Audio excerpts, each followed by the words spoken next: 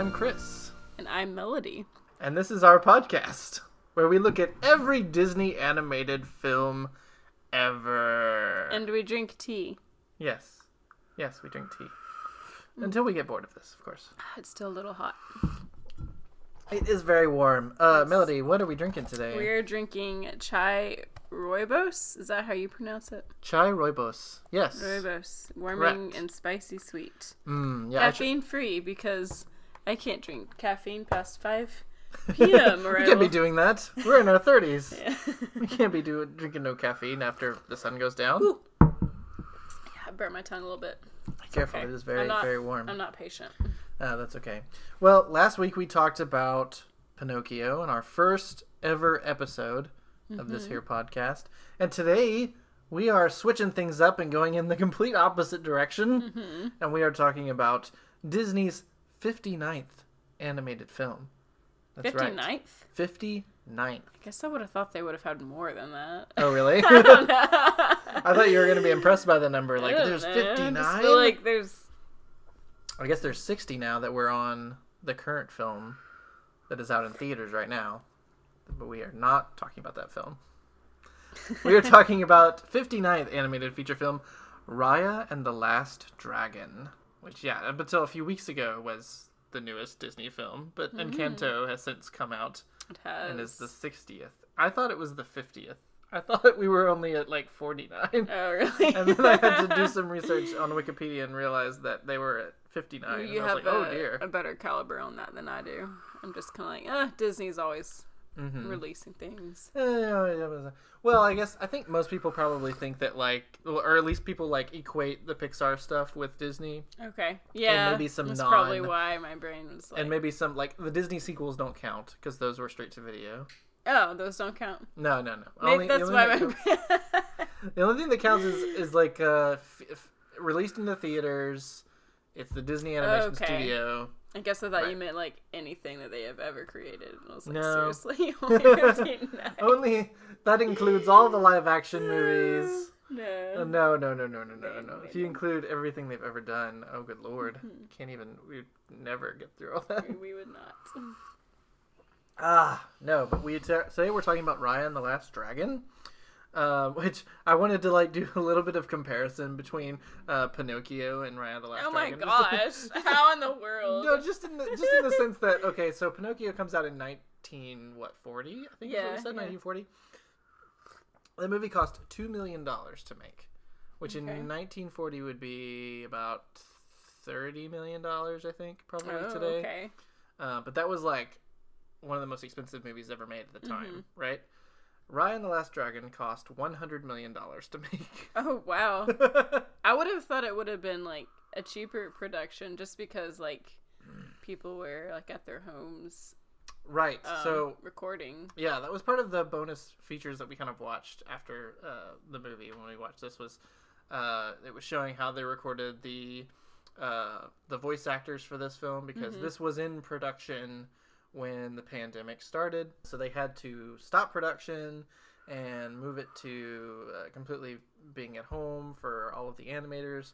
And they hadn't recorded the voiceover artist yet, so they had to basically have the actors set up their own recording studios in their houses, go into their closets.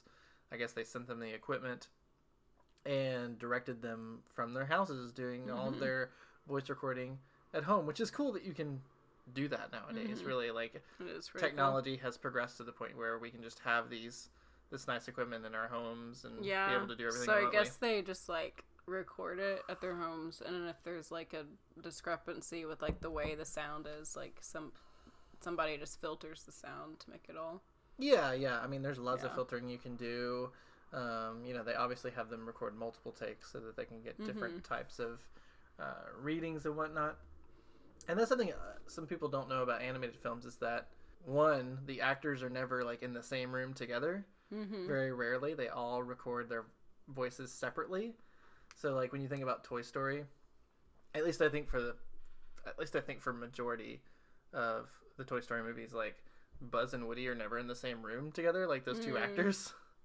Usually sometimes they'll put them together just for a publicity thing. But to show them in the same room. but usually they're never in the same room together. Yeah. Can I just say how awesome your hair is right now, by the way? Oh, thank you.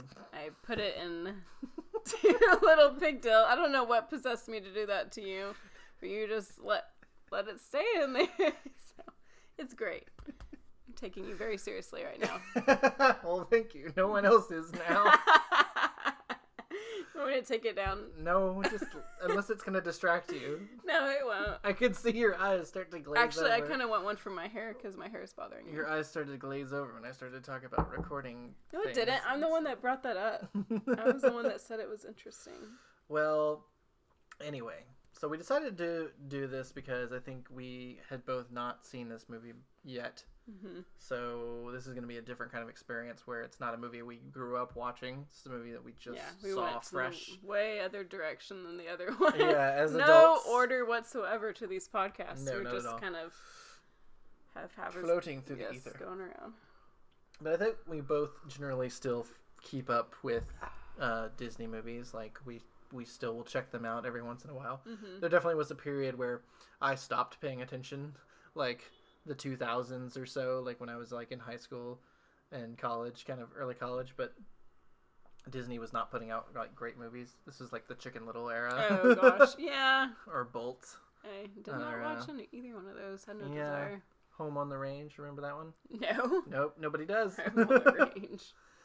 Yeah, so, but I think ever since the last like probably like 10 years or so, they've been, the last several movies they put out have been pretty top quality. Yeah. I really liked Moana. It was great. That Zootopia. one was really good. I think probably since Tangled, they've been doing a lot Yeah. better. Both financially and just in general, people seem to be more interested in. And then Frozen was like a ginormous hit. Oh my gosh. Frozen is probably I used to say that Frozen was like the Lion King of our of today's where it's youth. Just everywhere, you can't get away from it. But I feel like Lion King appealed to like both genders, and Frozen is mainly little girls. You'll think boys like Frozen? I mean, I'm sure some do, but I just feel like of all the kids that I've babysat and stuff, it's always these traditional gender roles. Yeah, so. Yeah, that's true.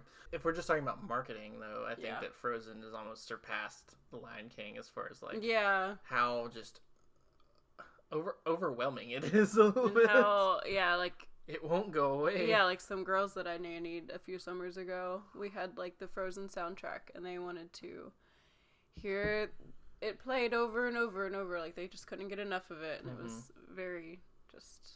Yeah, I had that stuff stuck in my head. I saw a critic on Letterboxd who basically said that he was doing everything within his powers to not let his daughters find out that there was a Frozen 2 because this is back before Frozen 2 came out, and he was like, I can't anymore with the Frozen. He's like, if they find out there's a Frozen 2, I'll have to watch it 800 more times. Oh no. But anyway, Raya and the Last Dragon is a pretty quality movie. So this is an epic fantasy adventure film. Incorporating elements of southeastern mythology. It's about a warrior princess who journeys to find the last mythical dragon to unite separating warring villages. It's kind of an epic and teach everyone the lesson of trust. Do they learn their lesson? I think they do. They do. At least the main character does. Yeah. I don't know if I did, though. I feel like I was a little confused on the messaging. We'll talk about that, I think, in a minute. So, yeah. Let's go ahead and get into the story of Raya. We're going to get into the plot? Yes, so we open with Raya and her father in this fictional land of Kumandra, and Raya is like a warrior princess, essentially. We can't just have Disney princesses anymore. We have to have warrior princesses. Yes, they must be strong. Yes, but that's good. That teaches a good lesson. It is good. So these warring lands have split. They've separated into separate, distinct factions into, like, the world that looks like a dragon, conveniently enough. Yeah, the island shaped like a dragon. And then, like, the precious jewel or stone. What is... Right, the MacGuffin. MacGuffin? MacGuffin is a term for a thing or an object in a movie that everyone in the movie wants, but it doesn't really actually matter to the story. I wonder where the origin of that word came from. I think Hitchcock, really? at least, termed it. like the money in Psycho is like a MacGuffin. The Infinity Stones in the Marvel universe, which is what this reminded me of a lot, because really there was a certain point they have to like go to all these different places to collect all the stones. Yes, so like 5 of them broke apart, and like each of the different kingdoms have a piece of it, and so the story shows her trying to collect all of them because she has this hope of, if I get all these stones together, then there will be peace amongst everyone again, and we will be protected from. Yeah, well, it's more of her father's dream of uniting all of the different lands, because they live in like the heart of the dragon area. All of the different lands reminded me of Disneyland. Because it's like it's just this one place where you have all these different separate areas that are very different distinct personalities. Yeah, to exactly. them They cultures. all have different personalities depending on what they're like attributed to. Like there's Fang, there's Heart, there's, I don't remember the other one's Tail. I don't remember them either. Talon? Maybe? Yeah, Talon. Yeah. Okay. I remember that one. Okay. Well, her dad, in a very like beautiful but kind of a dumb move, invites all of the heads of all of these different really worlds dumb. over to dinner, and he's just like, we're all gonna get together, and we're all gonna be, what do you one happy family. We're all gonna be Kumandra again. We're all gonna be one nation. He just tries to ignore the fact that they all still hate each other. Yeah, and that they all want this precious gem that he has and has been they say has been like the source of his prosperity. Yeah, and like nobody's even protecting it. Like the job just goes to him and his daughter, apparently. Yeah. That was a little confusing. But yeah, he's just going to ignore the fact that clearly all these people want his priceless gem. And then he's just going to think that, everything will be fine. And then we see in the beginning scene, Raya sees one Namari. other child. Namari. Yes. Namari. Yes, that's her name. She makes a friend. Just make a friend. Yes. Possibly. A friend with a cool haircut. Possibly more than a friend. Yeah. Speculation against of Raya and Namari and their relationship. It's interesting because it doesn't seem like they're super. In a lot of ways, Disney is very, very progressive, with their their politics and everything, but in a lot of ways they seem to be very hesitant in like not having any openly gay characters in animated films. Well, because they know, at least overtly, they know that some people will be against it. So, yeah, it's interesting. I don't think that can last forever, but it's interesting that people are projecting this and seeing this, and that it's so open ended. But anyway, Raya makes a friend in Numari, but turns out to be an enemy.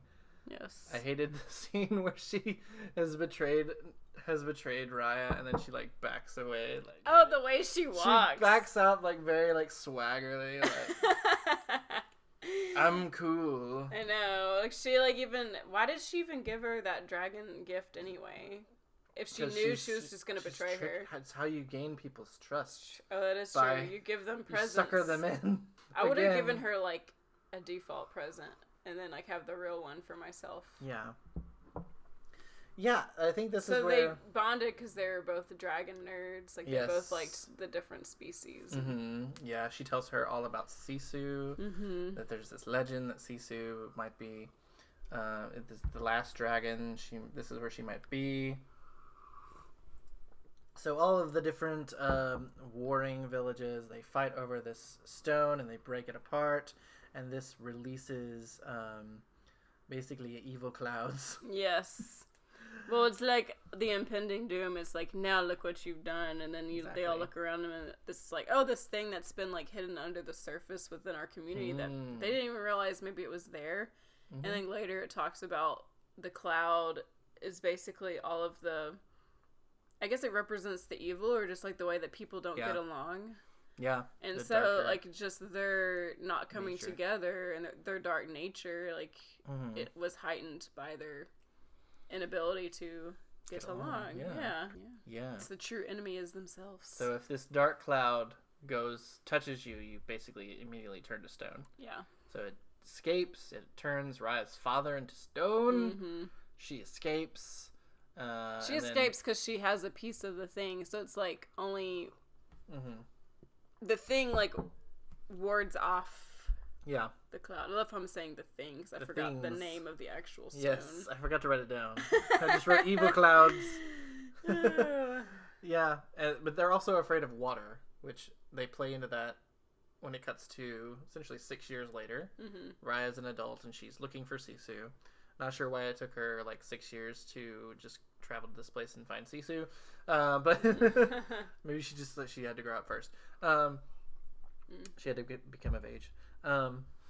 But because the clouds are afraid of water, like all of the different lands and things that are more like water centric have like done better. I thought that was like an interesting touch. And it's like almost like they've adapted to it. See, I thought some of them, like maybe their cities weren't originally like that, and then they realized they had to build that way.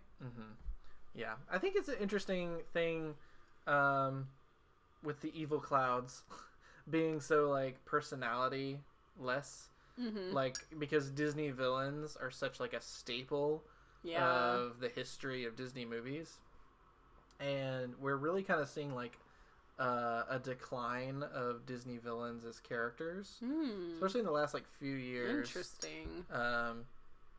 Like the last one I really remember was probably Entangled with Is it the mom? Yeah, the mother Gotha or something. Entangled. But yeah, I was just watching a video about this, about how Disney movies now tend to be a lot more like mature in their themes, and they want to be a lot more introspective and much more like kind of character development movies where the main characters, it's more about the who am I, the search of the soul. Yeah, that is true. The ultimate lesson, which is one of their movies, Soul. Or is that not Disney? That's Pixar. Well, I mean, no, under the umbrella. It still applies. It still applies. Yeah, for sure. But you see a lot less use of like traditional villains. That is true. Yeah, which is kind of a bummer because no more villain songs. I know. Those are the best ones in all the movies. I know. Be prepared. Yeah, be prepared. But yeah, anyway, so this movie is no exception. It's a lot more introspective and about sort of Raya and her maturing and growing up and the lessons that she learns along the way. And of course, Sisu is a large part in this. Yes, so she discovers... she does like a little sacrifice or something native to her culture and their honor of dragons, and then Sisu just appears out of nowhere and she's like, whoa, like didn't expect that to actually happen. Yeah, so Sisu is played by Awkwafina, who I thought was the best part of the movie. She really was. And it was funny to see how, because like the dragon is able to, with each like piece of the stone that they get, she receives like another power that her siblings attributed to the stone. And so like one of them is she turns into a human. And that part was funny to me because the human was basically Awkwafina. Like, the mannerisms of her and everything made me laugh. Yeah, I think the one thing that I think she contributes to the movie is just personality. Like, one of my critiques about, I feel like, recent Disney movies is that so many of the main characters are really, like, bland. Like, Frozen... Like, my main problem with that movie is that all the main characters are so bland in their, like, personality. Yeah, like, just scripted type of... Yeah, like, I don't know. They're just so, like, white bread and don't have, like, a really strong personalities. And I feel like Awkwafina kind of brings that to this character who's kind of meant to be sort of, like, the Disney, the genie from Aladdin type of character. Yeah. She was like a mix of like the genie and Eddie Murphy dragon from Mulan. She really was.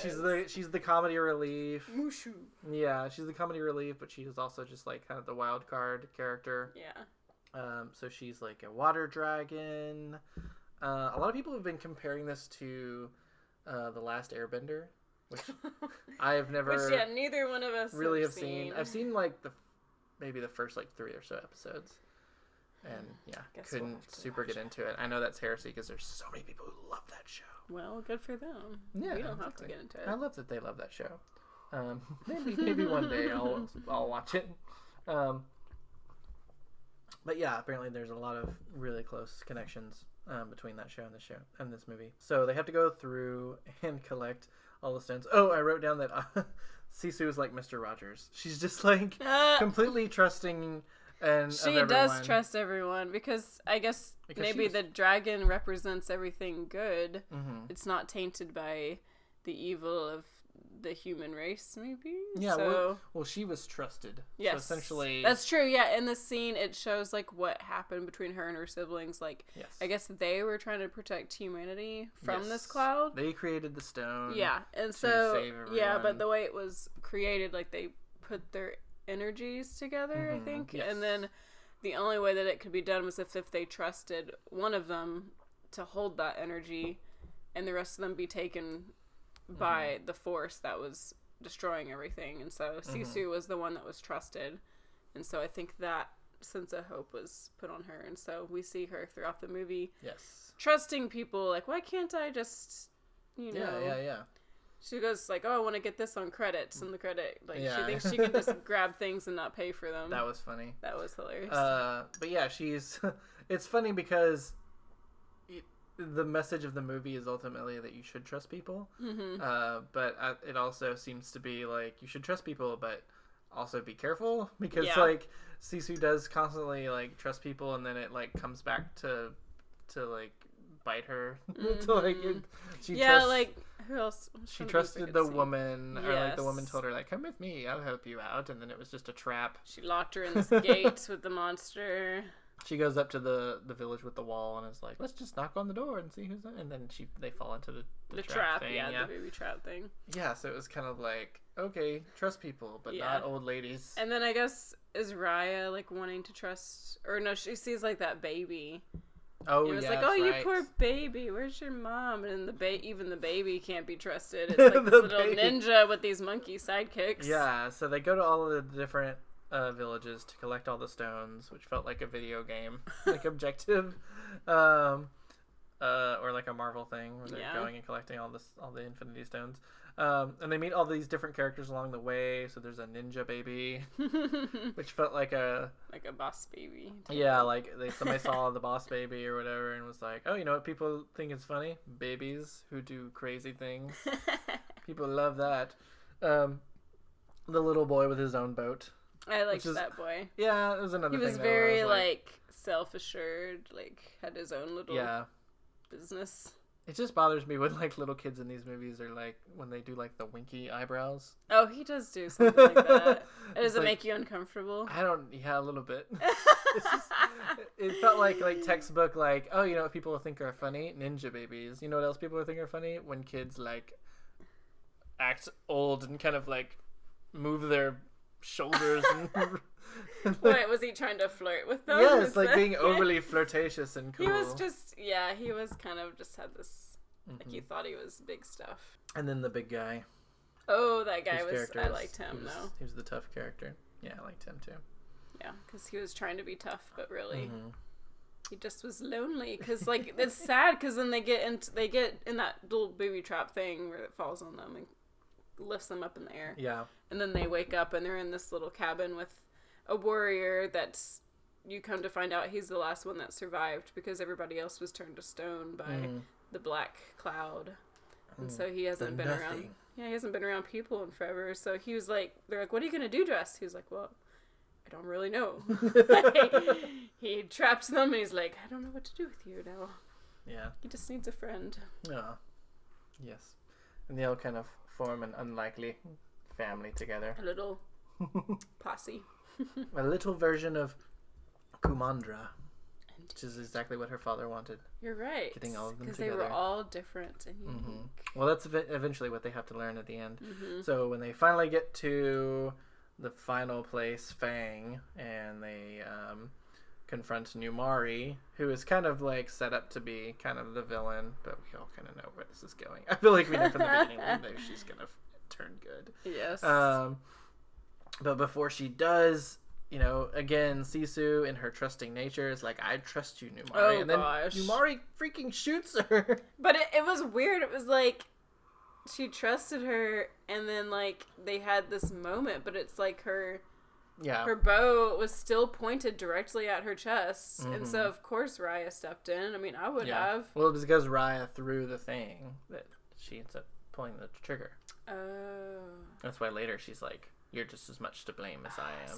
See that scene was confusing to me because everything happened so fast. It's yes, it did happen really fast. What happened? That was the best or the funniest part to me because you yelled at the TV. I do a lot of yelling in Disney movies, You so do. I don't remember what parts I yelled. It was really cute. You Ah! yelled, no! As if I could somehow stop it from happening. Yes. I guess this is where we can talk about possible trauma that Disney might be inflicting on new children. on new children. Do you think Sisu's death is too much? Is it? Well, she came back. Right. It's not like she actually. I mean, spoilers. Sorry, but so which I don't know if she should have. You don't know she should have. I'm trying to. Let's just like lay down like everything else that happened. Okay, yeah. So Sisu gets a freaking shot in the chest with an arrow. All the water immediately goes away. Yeah, so it's like she was the last bit of the magic in the land, yes. and it was killed. So yeah. So all of the evil clouds come in. Yeah, it's kind of like an earthquake is happening. Yes. And There's a fight scene. Numari and Raya fight. And then basically Raya realizes her own part in everything, that she's just as much to blame. And they end up basically she ends up trusting Numari enough to give her pieces of the stone. Yeah. And everybody hands over their pieces of the stone one by one and basically sacrifice themselves to the cloud. So they all put their trust in Numari. That she'll be the one to connect all of them together, and she does. Saves the day. Hooray. Sisu comes back somehow. I'm trying to think what happened. So she put all of them together, and it was like, there was still a little bit of magic left in the rocks, because everything was fading out, and since it was put together, it was like the last possible moment. I guess the water all starts coming back. Yeah, basically. People start breaking out of their everything just magically shells. Nobody okay. actually died. They were just frozen in the stone. The dad comes back. Which is funny because we had watched Ghostbusters recently. So when I saw everybody in the stone, I was like picturing like how the end scene in Ghostbusters, they're gonna break out of the shell. They're gonna break out of their own shells. Yeah, that would have been kind of fun. But yeah, I don't know. Like, the trauma. Yeah, get back to the trauma. Yeah, like I think Sisu's death is handled pretty well because it is like a dark, like oh my gosh moment. Yeah. But I kind of like knew she was gonna come back. I knew too, because I mean, they can't just leave it like that. Yeah, I think though if they had done this maybe like 10 years ago, maybe not even, maybe like 20 years ago, like they probably would have had more. They would gall to let her die. Yeah, probably. I mean, Simba's dad did not come That's back. True. Bambi's mom did not come back. Oh my gosh. Yeah, kids were probably traumatized by those earlier movies. But I mean, yeah, Sisu came back and her. But those are like, I feel like it's better if like a parental character dies or like an older character dies, because it's like something more. I don't know, paternal, like more comprehensive for a child to grasp. Like, well, they were old. It's so like a youthful, like basically Sisu's like a puppy dog. It's like a youthful little character dies. It's like she was like a Falcor type. She was. Yeah. Well, she kind of looked like a hybrid of Falcor and what else? My Little Pony. Yeah, My Little Pony. Yeah. So, yeah, I don't know. I feel like it is pulling little punches. I'm wondering if Walt Disney were alive today, if he would have been like, no, the dragon must stay dead. Because if it comes back at the end, it's she would kind of become like a Harambe figure to kids. Oh, man. You're like, why'd you have to remind me of Harambe? Why'd you have to bring it down? Well, we were already bringing it down. Oh, I guess so. Well, it had a happy ending, and everyone held hands and was peaceful like, again. Hooray, our kingdom is together. Yay. Did the other dragons come back, her siblings? It looked like I think they did, yeah. Yeah, they did. All the dragons came back at the end. Everybody comes back. Abraham Lincoln comes back. Yeah. Simba's dad comes back. Well, it's funny how, like... Spider-Man came Simba's dad came back. Oh, yeah, that's kind of where it's almost like the Infinity Stone, because then everyone that was left had turned to stone. They're now back. Except Black Widow. She has to stay dead. Oh, that's sad. I know. Hopefully none of the listeners have not seen that. Just keep spoiling things for people. Darth Vader is Luke Skywalker's dad. Shocker there. They were on the Planet of the Apes. Planet is actually Earth. They were there the whole time. So what else? Oh yeah, you just made me think of like how people will like videos of showing Darth Vader actually being Luke Skywalker's dad to their kids. Oh yeah, those are kids adorable. like being like, no. What? Oh my gosh. Yeah, I was gonna say though that like it's interesting how I feel like dragons are perceived. I guess there's good dragons and bad dragons in movies. Because there was like a bad dragon in this movie. No, it wasn't. You know what's funny? Okay, we watched Shang-Chi. What was the name of that? Shang-Chi, yeah. Yeah, and we watched that like literally the same day or like very close to this one. Yeah, a day, so like there's maybe a day there's later. things about it that like my brain keeps mixing up. The two? Yeah. Yeah. Just different elements of it. That's true. I mean, they both have the Eastern Asian Yes. thing. Vibe. Yeah. So, interesting. Yeah. Well, did you My like favorite this? part of Raya the Last Dragon was when Shang-Chi defeated the evil dragon at the end. Seriously, though, I feel like they could have... Awkwafina was in it. I mean, it was good. Like, I don't feel like it's one that people are talking about a lot. Because, I mean, it's probably just released immediately to streaming. It wasn't in theaters, right? No. Yeah, this was a weird one because it came out during the pandemic. Which part of me, I was looking for...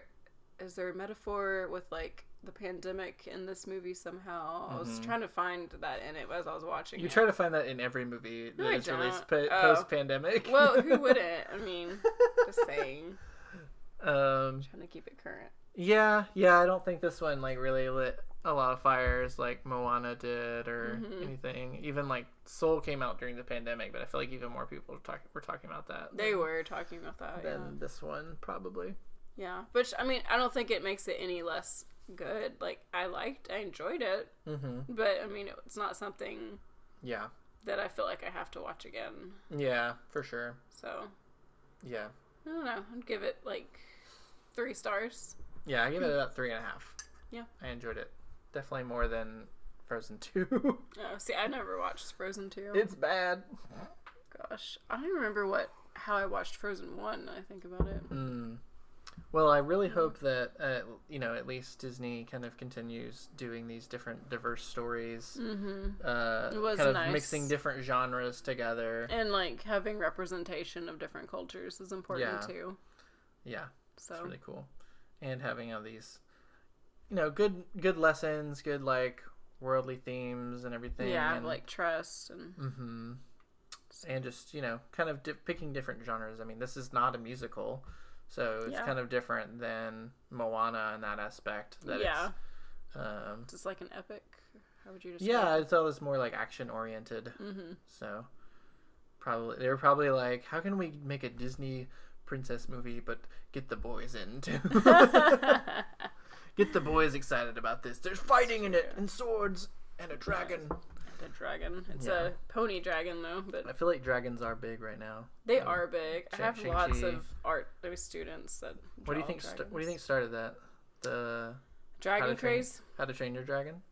Maybe, yeah, I think that. And then there's also a big phase with anything that has a unicorn on it is big. Like kids will draw like unicorn cats, like any animal, they'll just like, let's put a unicorn on it and it's cute. Put a horn in it. Automatically more adorable.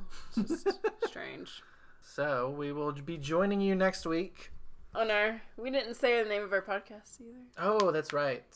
Have we settled? I think we've settled on. I think we have. Can you hear the pod tonight? Hear the pod tonight. Yeah. Nice. Should we come up with a closing statement? No. No? Oh, okay. Maybe eventually we will. Right. Well, join us next week. You can find us on Spotify or any of the podcast websites. Yes. And if you have any good suggestions of movies, or if you would like to be a guest on our podcast. Oh, yes. Let us know. Just reach out to us. Yeah, let us know what we should do next week, because we have about 48 movies to choose from. How can they find us? Should we give them our social media handles? No, I want to be left alone. It's true. Yeah, it's probably smart.